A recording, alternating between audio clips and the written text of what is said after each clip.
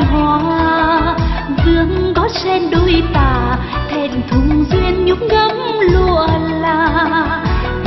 ấm trên môi hồng nụ cười xinh quá duyên là duyên thành tao tiếng chim khuyên là lời êm tiếng nhung dịu hiền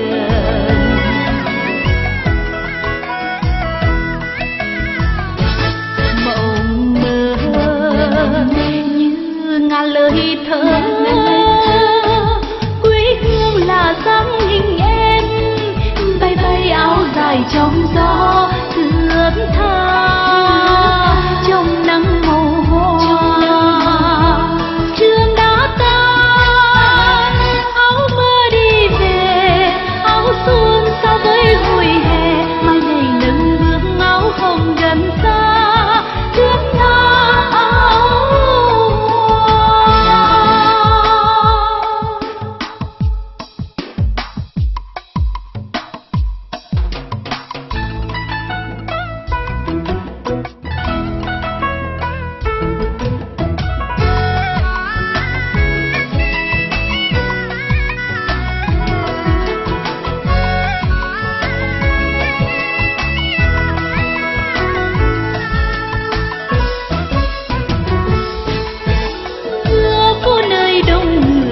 em như muôn cánh hoa đẹp tươi